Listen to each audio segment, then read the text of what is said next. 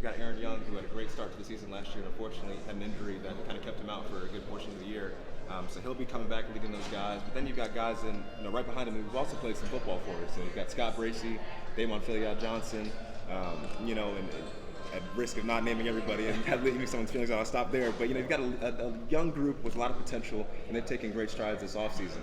I think at tight end, you've got Noah Gray, who's played a lot of football for us.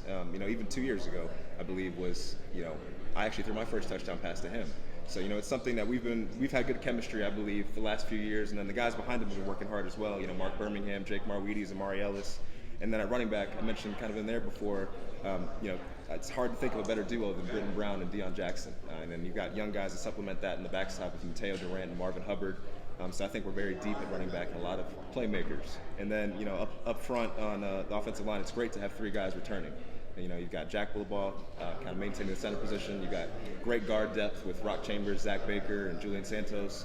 And then tackles, we'll kind of see how where things are. But definitely we're going to have some young guys. Robert Cranley's played a lot of football for us as well. So very excited about the depth we have back at all positions. And I think we've got guys that have played a lot of football for us despite not being labeled as starters. I think the O-line will appreciate you including them in a skill position. I'm sure it will. Zach Baker's actually my roommate, so I told him I'd give him a little shout out. So. It's early, but what do you like most about this Duke team right now? Yeah, I would definitely say I think just our versatility and just athleticism. I think especially on offense, we've got, especially in the receiver group and really all skill positions, we've just got great playmakers all around. I think receiver, something that we haven't necessarily had a lot. My first few years here has just been the height of our receivers. We've got a lot of guys who are 6'4" plus now. I think maybe at least 4 or 5 guys. So those are going to be great targets for me on the outside, on the inside. In addition to the athleticism they have as well. They're fast guys, very athletic, and be able to kind of go up and get those 50-50 balls, which we haven't always been able to do. So I think we're just really excited about just those guys and their progress and development, and looking forward to a great season. Thank you. One of those wide receivers that got a lot of buzz as a freshman, Jake Bobo. What did you see through spring, and then what have you seen him progress through the summer workouts with you guys? Definitely. Jake was a guy that was able to get some playing time a little bit last year as well, and I think that did a lot for his development and his confidence. He's been, great so far in the spring. He had a great spring, great offseason, and he's really kind of even taken a leadership role in that receiver room, which is something that's very encouraging to see as a sophomore.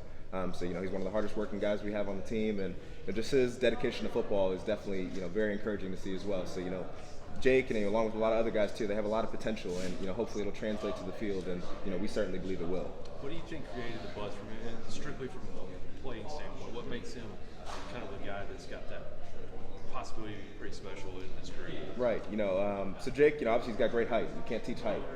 So he's a great target there, and I think his shiftiness as well. He's a great route runner. He'll be able to get open across the middle, or if on the outside, wherever we kind of put him. And I think he'll just be a great matchup. I think one of the things you saw a little bit in this play was just his ability to go up after 50-50 balls, and that's a quality you love as a quarterback, because you give a guy a chance on a ball, you want to be sure that he's going to go fight for it. So that's definitely gives you a lot of confidence as a quarterback throwing to him, and it's really encouraging to see. But I think his versatility, his route running, and his shot and his size and hands will definitely be some benefits and some assets for us. Is that a security blanket for a quarterback to have wideouts who are 6'4"? Right. I mean, it definitely is. One thing, it helps you with accuracy because they have a wider catch radius. But, all jokes aside, it definitely helps, kind of having those big guys that, there'll be big targets across the middle. They'll probably be bigger than most corners they face as well. So that kind of gives them a little bit of an advantage there as well. But definitely really, really awesome to have, a bunch of 6'4" quality targets and then kind of act as what you were saying, a security blanket for you.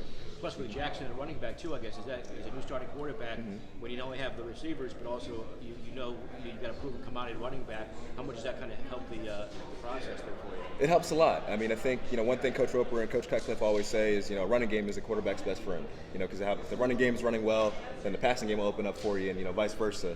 So I think definitely to have Deion and Britton and Mateo and Marvin and all those guys, it helps a lot having them as proven commodities that are proven playmakers in at this level of college football, and that'll only help things for me and kind of help the offense run more smoothly. Quentin, with this being your senior season, what type of legacy do you want to leave at Duke University? Yeah, definitely. I think the biggest thing is obviously you're replacing a guy who had a lot of success here and ended up getting drafted pretty high. I think the thing for me is just trying to be the best Quentin Harris that I can be. I don't necessarily want to be the best Daniel Jones or the best Thomas Sirk. So definitely want to continue the legacy of quarterbacks here, continue winning, hopefully get back to a bowl game this year. That's the main goal, and hopefully further than that, win a championship. So definitely want to win as many games as possible, and just first and foremost kind of be the best that I can be, so that I can kind of help our team win in any way that they see fit.